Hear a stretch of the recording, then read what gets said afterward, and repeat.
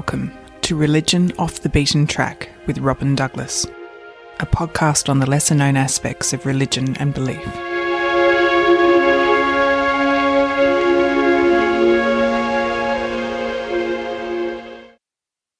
Hello, and welcome to the latest episode of Religion Off the Beaten Track.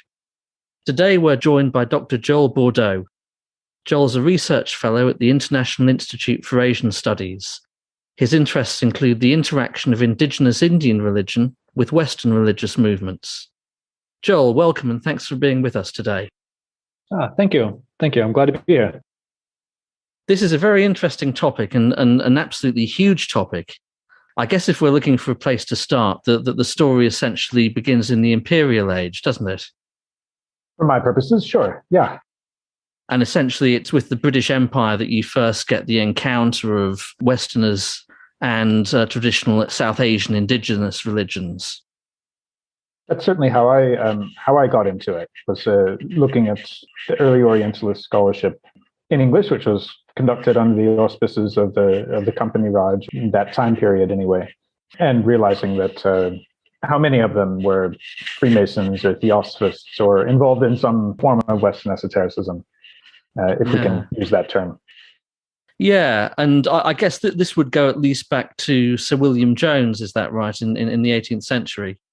Yeah, he's usually thought of as the ancestor, the patriarch of Indology, certainly. It was William Jones who first figured out that there's a relationship between Sanskrit and Latin and Greek and most languages spoken in Europe. But yeah, I'm not aware of William Jones having any particular unusual religious entanglements. But certainly the field of Indology broadly construed, usually we can trace to him. I think as a young man, Jones had what today we'd call pagan inclinations. He was involved in Druid revival in Wales and so forth. Wow, okay. I didn't know that was going on so early, actually. I think he was one of the pioneers, actually, one of the first Druid revivalists. Oh, amazing. But yeah, there's evidently a long history of this crossover between esoteric pagan religion among Westerners and an engagement with Eastern religion and Indian religions specifically.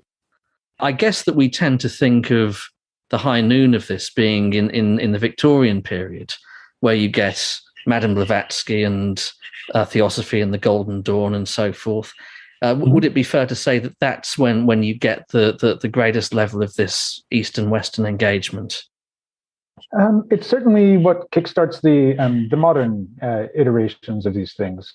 And for my purpose, yeah, it is exactly that circle coming out of the Golden Dawn and Crowley. That's the track that I tend to follow the most. There are people doing fascinating work on the theosophical side of it as well, but I feel like that's a little better explored at this point.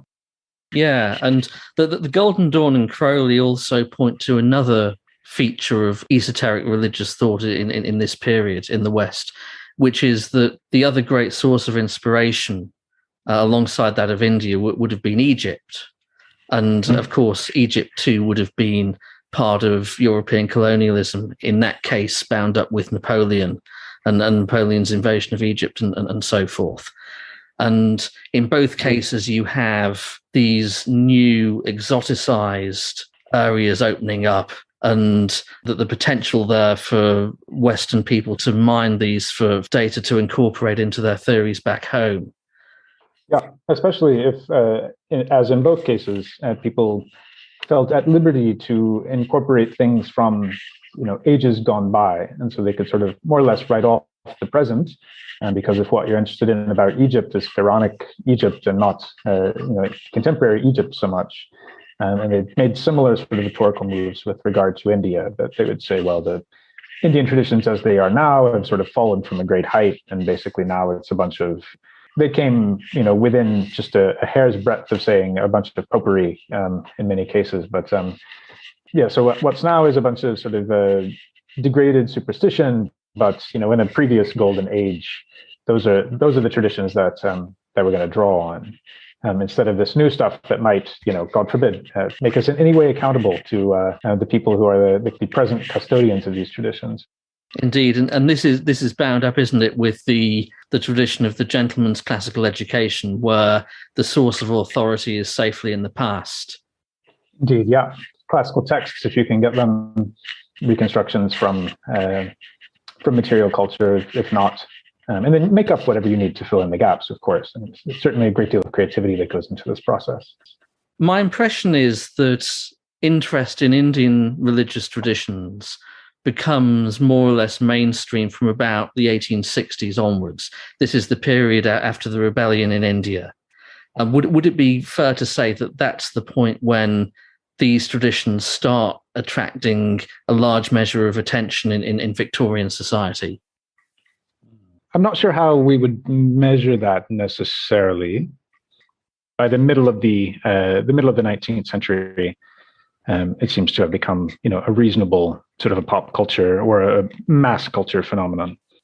There's interest in the 1830s, at least, at which point the Raj, at least in Kolkata, is trying to implement a number of social reforms. And so you had figures like Ram Mohan Roy, who became very well known, and the founding of the kind of Brahmo Samaj, which was tied in with the Unitarian tradition. So, I mean, he was traveling internationally and had a number of these kinds of these connections and a certain amount of the fame that goes along with them. A couple of decades prior to that, the extent to which the average person was aware of this, I think, is maybe a little harder to say. But I do think it got some press, at least. And the Church Missionary Society was pushing a lot of this as well, although with a strong derogatory slant to it, right? As a part of their case for why more missionaries should be allowed into India. So they sent back a lot of information, not all of it credible, but information nonetheless, in their bulletins to the folks back home to raise money or to try to agitate on political fronts for this. I mean, and I assume they wouldn't have done this if it were not successful to some degree. They must have got something out of it, or they wouldn't have been quite so persistent in representing images of Hindu deities or reports about festivals and things like that, all of which, sort of played up as much as possible to scandalize the readers or the viewers. Yeah, so I think there is at least also a segment of society who's getting information that way. And it's interesting that you should mention the missionary side of this, because I suppose when most people think of the engagement of the British Empire with Indian religion, it would be seen through the lenses of missionary activity. It would be the orthodox colonial ideology. It would be, we are right and you are wrong, you are in darkness and you must be enlightened with the light of Christianity. But it seems that even when missionaries and missionary societies published information in an attempt to spread that message, that information could then be read by people back in England in a subversive way. People might read missionary tracts not in order to participate in the denigration of Indian religion, but because they're genuinely interested in learning information about it, because they think that there might be something there for them to be taught. Or it might at least spark a curiosity, or they were part of the conversation around these things. So I think anything at that stage that makes Indian religion a topic of conversation is going to potentially lead people to try to find more information. It's more a suspicion on my part than something that I can say with great certainty. But it certainly was. Having come out of a similar context myself, albeit not in the 19th century, but exposed to a certain amount of missionary propaganda, as it were, in my younger years, I certainly read it with interest, but with skepticism toward the agendas of the people who were writing it. And I don't think that it's unfair to speculate that many people in the 19th century were capable of the same kinds of readings that that teenagers in the 20th century could do. Indeed, and there's the stories like the story of General Forlong springs to mind, who was a British soldier and also was involved in missionary activity, and it was his missionary activity in India which led him to lose his faith in Christianity, and he ended up as a rationalist.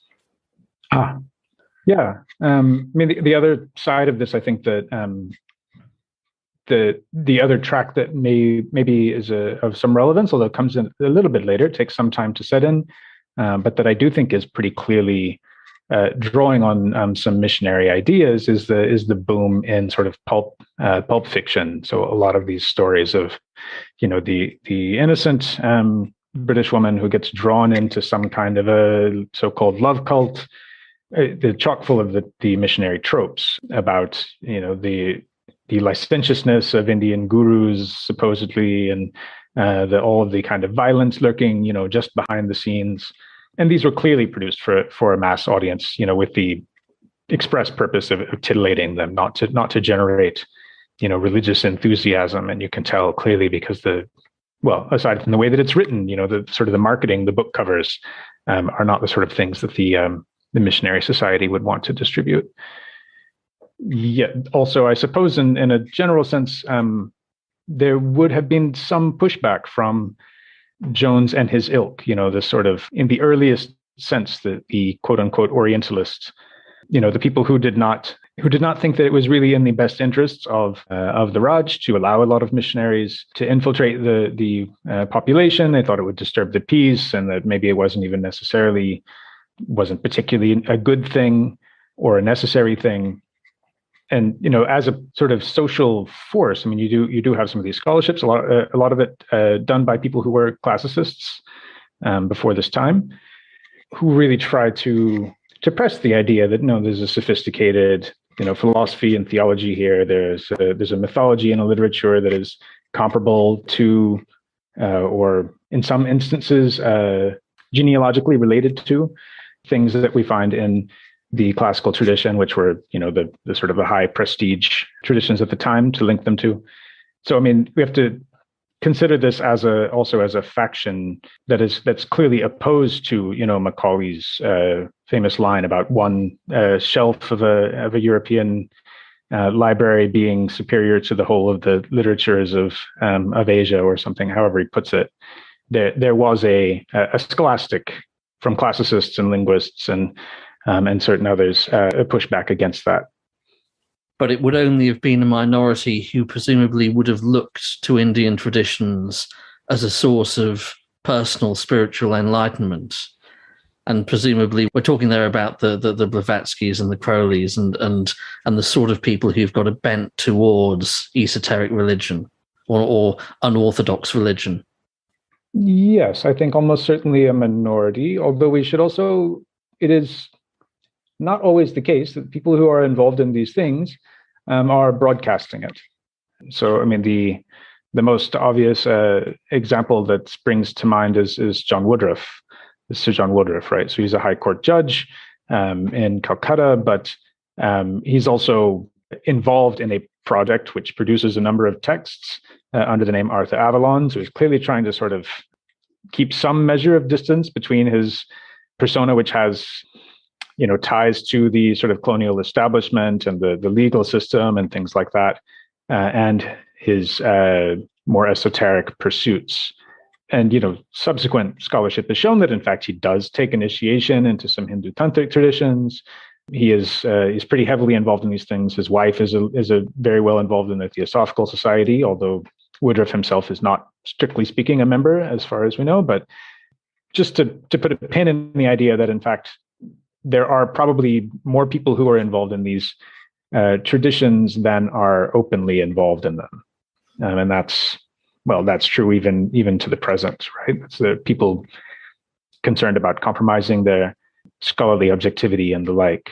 So this is also a long-standing way that people engage with these things. But on a public level, certainly it's a small thing in terms of probably numerically. In terms of its cultural impact, I think rather outsized considering the number of people who actively become members, for example, of the Theosophical Society. Yeah, and this point about people having clandestine sympathies, this is a problem for the historian, and not only on this subject, of course, because, I mean, the evidence that we have is a floor rather than a ceiling, isn't it? It tells us that the minimum of the involvement of people at the time in this sort of thing. Indeed. Yeah.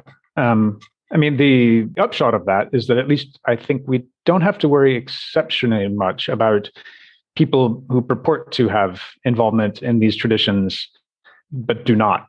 in fact have them. I mean, there are some cases of this that spring to mind, or at least that implicitly.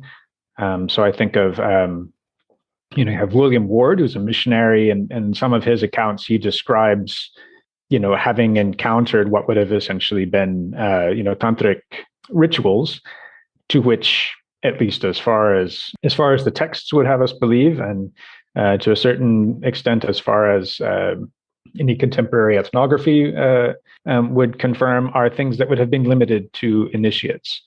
And so he describes these events.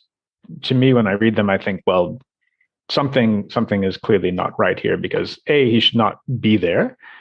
And if he is there, then something, perhaps even more interesting is happening. But in the case of someone like Ward, I don't think he's clandestinely participating. But I mention it as an outlier case because I don't think what we have, at least very often, is people who feel like they have anything to gain by lying or dissimulating, to the effect that they are deeply involved in these traditions when they're not. If anything, it's probably more the other way around. As you say, it's the tip of the iceberg, perhaps. The people who are plainly involved are a smallish, or as far as we know, could very well be a small fraction of those who are actually participating in these traditions. And there are ways also, I suppose, in which there's a sheer political explanation for some of this as well. If you look at cases where, it was a little surprising to me when I first noticed this, that you find that the East India Company sponsors large puja rituals for the goddess at certain points early on. This is the late 18th century. If we think of that as an especially, overtly, singularly religious event, then it seems really sort of odd. Well, why would they do that?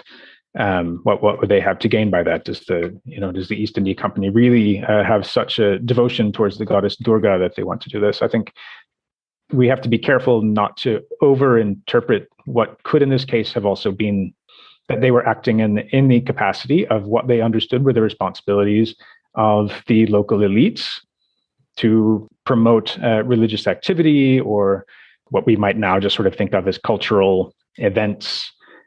And so the line between, in some of these cases, what is indicative of personal engagement with the tradition versus what people understand to be their sort of social responsibilities when they're involved in the governance of certain parts of India is also a tricky one to parse sometimes. Yeah, I guess it's the same as with any adherence to any religious tradition. There's always the combination of motives. There could be genuine spiritual commitment. There could be intellectual interest. There could be a political dimension to it. There could be a social dimension to it, and this is no exception to that. Indeed, yeah. And one interesting aspect of this subject of the engagement of Brits in Victorian times with Indian religious traditions is that, somewhat to my surprise, I found that Islam came into this as well. And not only do you have esotericists interesting themselves in what we would call Hinduism, but they also interest themselves in a number of cases in Islam. Yeah, it's true. And that is perhaps that is something that's happening contemporaneously, I think, with some traditions that are coming out of Egypt and out of Turkey or other parts of the world at that time. I think there was a long-standing engagement, in fact, between, especially in sort of esoteric spheres, a long-standing engagement between Christian and Muslim traditions, if only on the order of translating texts or, from Arabic into Latin and things like that, or perhaps even in some cases strictly rhetorically speaking. So you have this sort of, Rosicrucian, mythos of, the going to the East, by which in this case, presumably we imagine that means Islamic cultures, and bringing back traditions in this way. My suspicion, which I've alluded to in some places, is that perhaps even the very notion of the sort of the secret chiefs is descended in some ways from Sufi ideas about the sort of hidden righteous elites. We find also this in Judaism as well, in certain traditions. The idea of a small spiritual elite that actually govern the world and see to the benefit of the world is something that I suspect is actually lifted or borrowed in some ways from Sufi traditions, in as much as that becomes a massive feature of Victorian era occultism. Yeah, there's the eclecticism of Victorian esotericists in this regard, and that points to perhaps something of an ethical question, because on the one hand they're going against the usual colonial narrative. They're seeing India in this case as being somewhere to learn from rather than somewhere to teach to. But this eclecticism suggests that they're not really engaging with indigenous traditions on their own terms. It's more a kind of exoticism, and they're picking and mixing together elements from different traditions in a way that might be regarded as being disrespectful. At the time, were people in India aware of what was going on, and did they object to the use that was being made of their traditions? It's a good question. I think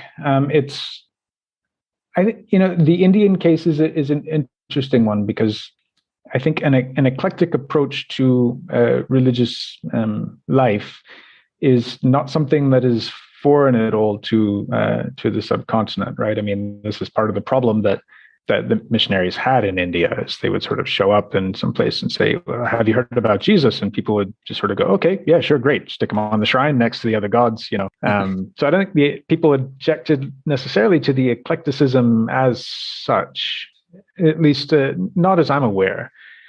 The criticisms that seem to have landed, at least to the extent that we can tell because of the way that figures like Blavatsky or figures like Crowley responded to them, is the association with things like spiritualism.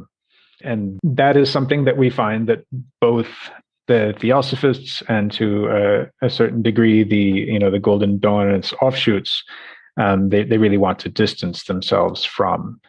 I don't know that that's a criticism that's really anchored in South Asia, or that it's framed in terms of anything like the kind of rhetoric around appropriation and things like that we would normally use to parse these situations in the present. But it seems to my understanding, that was the critique that people took more seriously and found more threatening, I think, is the notion that what they were involved in was some kind of basically some sort of charlatanism, or that it was not susceptible to conscious control, as mediums might be. In some ways, it's arguably an attempt to distance themselves from the more affectively intense, in many ways feminized traditions that were percolating in that milieu, and to make what they were doing more respectable by that metric. In India, my sense is not that it was really that big of an issue. I mean, if anything, there is this. Mriganka Mukhopadhyay has been doing some work on the Theosophical Society in India, and he does demonstrate that the Theosophical Society in India is significantly Indianized, and so we might infer from that people who were engaged with theosophy in the subcontinent were less enthusiastic about the Egyptian stuff or the Hermetica perhaps, but there are other plausible explanations, which would just be that these were the things they were more they were drawing on traditions that they knew better and which had more local resonance, and to which they had easy access to experts who were involved in these things. It's not far off from local versions of theosophy are often, with possible exception, harder to pin down what that would mean in the American case. But there are regional theosophies, just as there are regional forms of Christianity or Islam or any other tradition, right? And so in some ways, maybe it's not surprising at all that the Theosophical Society in India is substantially more, quote unquote, more Hindu in its orientation than what you might find elsewhere. It could be strictly down to that, or it could be more of a conscious decision on people's part to shy away from the more eclectic aspects of it. But I think it's hard to know until we get a really close look at more of these people's letters and their lectures and this kind of material, which is still being excavated. Yeah, it's interesting. Yeah, we could dwell on the colonial era for a lot longer, but let's move forward to the 20th century and to independent India and the post-war period. People, I imagine, with some knowledge of popular culture would associate the adoption of Indian traditions in the West with the 1960s, with George Harrison and the Beatles visiting the Maharishi and the American counterculture in that period. Is it fair to say that what was going on in that regard is actually just a continuation of an engagement that's much, much older than that? Yeah, I think that's very fair. There's a long-standing engagement with these traditions coming from, I think it's more or less continuous. The particular things that people are interested in, shifts in certain ways, that the presentation of it shifts. But, by the time that Swami Vivekananda presents at the World's Fair in Chicago in 1893, there is already there's a mania and you can see it in the sort of press from the time, that people are extremely taken with him. There are a number of attempts to try to get him to stick around and do more lectures. There are also other people on the circuit giving lectures on Vedanta, and lectures on yoga is a very hot sort of issue. Then even we think of it also as like there's a sort of a modern yoga boom, not necessarily anymore so more mass produced and commercialized by the sort of late capitalist way that things get commercialized. But there's a long-standing interest in these traditions, at least among the middle classes and things like that. And so I think a lot of that it's pretty continuous. The what seems to be more, to my mind, the larger thing that comes around with relation to the 60s is there are two things. One is the exile of the Tibetan government and the influx of Tibetan refugees into India. That is a new thing at that point that offers much more extensive access to Tibetan traditions than had been previously the case. Perhaps also the desire to engage in these traditions in a devotional way. In the 60s, what seems more apparent than in previous eras is that you have people engaging with things like ISKCON, the Hare Krishna traditions, for example, or a number of the various these kind of export Hindu traditions, which are in many ways more, quote unquote, traditional. That is to say, oriented more towards devotion to personal deities and to the guru, more inclined towards a kind of affective engagement, as opposed to something either philosophical or more kind of somatic, which I think was more frequently the case in previous eras. Okay, and one well-known expression of esoteric spirituality in not only the 60s, but in the post-war period, which can be linked with Indian and other Asian religious traditions, is Wicca. And of course, Gerald Gardner, the founder of Wicca, spent much of his life as a British colonial official in South Asia. And it's said that there are elements of Asian religious traditions that ended up in Wicca. You have elements of Tantra, perhaps. You have reincarnation. Gardner, I believe, also dabbled in Islam at one point. Can Wicca, do you think, be seen as part of the history of engagement of Westerners with Asian religions? I think in the present, certainly it must be. the connections between the idea of a divine couple, the kind of the goddess and the horned god, that kind of archetype. I think if you grab any Wiccan off the street and talk to them about this idea, there's a decent chance that they're going to bring up the idea that it's also the Shiva and Parvati is kind of that part of the same template or part of the same set of archetypes. It would, depending on the kind of the jargon that they prefer for this kind of thing. But in the contemporary scene, I think it's absolutely involved in this way. And in fact, I have a chapter that I've begun to do some work on Wicca in India. So there is that feedback loop is very much in effect, and so there are Indian instantiations of Wicca, which are very much adapted to the local milieu. And so, I mean, that is one way of looking at it from the point of view of the present.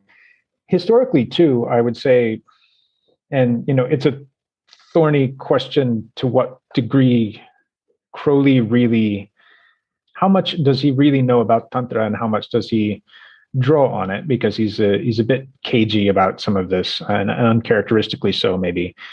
But I would put Wicca in this line, because I see it very much as a descendant in many ways of the OTO under Crowley, which we know that Gardner was at least briefly affiliated with the OTO, whether it was just kind of a ceremonial, like an honorary membership, or whether his engagement was deeper than that is harder to say. But my somewhat cynical, perhaps, read on the origins of Wicca in many ways is that at least part of what Gardner wanted to do was to make a slightly safer for work, take on Thelema. To sand off some of the harder edges, both politically and also in terms of the arguably like really sort of freewheeling ethical aspects of that. But there has been some work done, and it's not hard to see. Or if you know people who are involved in both of these traditions, it's often reasonably people are pretty open to acknowledge it. There's a lot of crossover between just even the ritual texts, and so yeah, I would say that historically, if for no other reason, and we do know that Gardner spent some time in Indonesia and places like that. Certainly, he writes about this as well. But arguably, some of the most quote unquote Indian inspired aspects of Wicca are things that seem to have their precedence in a Thelemic context. Yeah, and that's interesting, that the whole relationship between Wicca and Crowley is something that I think has not been fully bottomed out yet.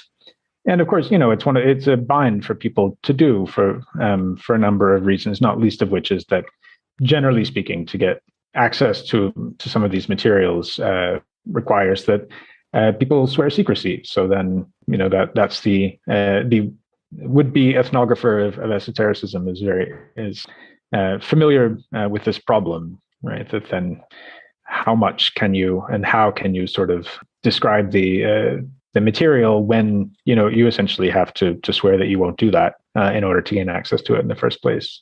So if people are being remotely ethical about it anyway, it's a bind. I suppose there's always the option of just doing what Francis King or some of these figures allegedly did, which is go in undercover, so to speak, get as much access as you can, and then publish it all, burn the source. But that's not. I wouldn't recommend that course of practice.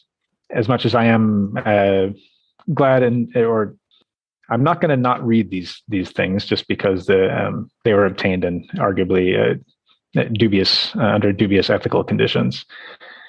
But I don't think it's ideal. Yeah, indeed. And mention of Crowley suggests something else.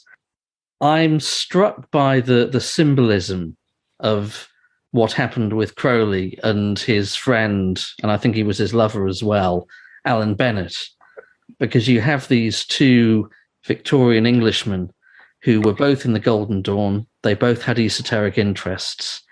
They engaged in occult activity together. Mm-hmm. And they both went in different paths. You had Crowley going into this Western eclectic syncretic path, which incorporated elements of Egyptian, Indian, other religious traditions. And you had Alan Bennett, who actually went to India and settled there and became, I believe, a Buddhist monk and fully immersed himself in that tradition. And it seems to me that these are two diverging paths for people who are interested in Indian religious traditions. You could go down the syncretic pick and mix path, or you could properly immerse yourself in the tradition. Do you think it's fair to say that that's a choice that's probably always existed and still exists today? Yes and no. What I question is the extent to which the unadulterated, the supposed immersive kind of quote going native version of this is really an option. That is to say, partially because of globalization, partially because of just the way that I tend to think that the human mind works. And I'm not convinced that even, Alan Bennett, who picks up and moves to Sri Lanka and becomes a monk, my suspicion in that case, and in any case like it, is that there's still a great deal of syncretic processing that's going on. That people are still understanding whatever ideas that they're absorbing with reference to the toolbox that they bring to the table. So, if you're Alan Bennett coming at this from the perspective of the Golden Dawn, and you have that training and you have a general sort of background, and I mean he's coming out of a different sort of cultural milieu and linguistically as well. I mean, the people that he's going to be able to interact with and who are going to be able to communicate these ideas to him in a way that he can understand are going to be, by and large, at least for a very long time, are going to be English educated elites to some substantial degree. These are people who are then will have been in conversation with, they're going to run in the same circles with the theosophists in many ways, right? Crowley is going to show up in Sri Lanka and study, some meditation and things, there alongside Bennett, or at least that a teacher that Bennett, refers him to. Yeah. So, I mean, I guess that's the point at which I think that the dichotomy there is a little questionable, because I'm not sure that it's not always syncretic to some degree. There's the approach where you foreground that and make it a feature, I guess, rather than a bug, and that's exemplified by, to my mind, things like what Crowley's supposed translation of the Tao Te Ching, right? Where he's just made stuff up, right? It's this kind of it's like a lot of translations of Rumi in some ways also that are floating around. It's people very impressionistic ideas about these things. And certainly there are people who make more of an effort to get away from that and to try to engage with these things, at least in primary sources, and to try to work within local idioms and acculturate as much as they can. And that's, I think that's, you can make efforts in that direction, but I still strongly suspect that no matter how much of that one does, the past doesn't just go away, right? It's not even past, right, so to speak. So when you go to these events and it's a Hindu or Buddhist event, and you see people sitting there who clearly, to observe them, know the ritual script, right? They are part of the scene, and it's clear that they that people know them. You can kind of tell by the way that they interact with the with the other participants and the environment. But they're still wearing like a t-shirt with like the Kabbalistic tree of life on it, or there are lots of cues to my mind when I've done kind of fieldwork in some of these contexts, that even the people who appear to be deeply immersed are only there's only so much that one can do, and even with the desire to do so, to entirely extricate oneself from one's culture and training and previous ways of thinking. It's a lifetime project, and not everyone really wants to spend their lifetime doing that. Lots of people seem perfectly content to, practice Hinduism or Buddhism and still do like divination with tarot. That is not something I think often that even necessarily the teachers object to. The flip side of that, I guess I should say, is from the point of view of a lot of the teachers, and from a sort of a long durée way of looking at religious traditions, the idea that there's an authentic core of the tradition is itself also a questionable notion, because what we see in practice is that the people who carry these traditions to different places adapt them, and the people in the places where these traditions are being received also have to do a similar process of translation and adaptation, and that is not unique to the Western engagement with these things, right? The movement of Hindu traditions to Southeast Asia changes substantially what Hinduism looks like there, and the movement of Buddhist traditions into Korea it's a lot different. It looks very much different from what you find in Indian Buddhism, and so in that, from that point of view, it's also not surprising that Western engagement with these things would yield its own distinctive forms, and they are, from a certain point of view, no less authentic. It's just another iteration of a process that we've seen in many different cases, with some questionable, economic and political fingers on the levers of these changes, though, to be clear. Yes, so I suppose the conclusion is that the whole idea of distinguishing between an authentic version of a religion, a pure indigenous original version, as opposed to a syncretic, eclectic version, is invalid. We're all eclectic in some ways. All traditions are eclectic, and that's my inclination. I mean, it's not something that often the custodians of these traditions would often disagree with that. But as a sort of historian, or as an ethnographer, whichever hat, for me, that is the tendency that I would take with it. That seems like a good note on which to end. Joel, thank you for being with us today. That's been very interesting, and there's a lot of food for thought there. Thank you. Oh, thank you. Yeah, it's been a lot of fun to have a conversation with you.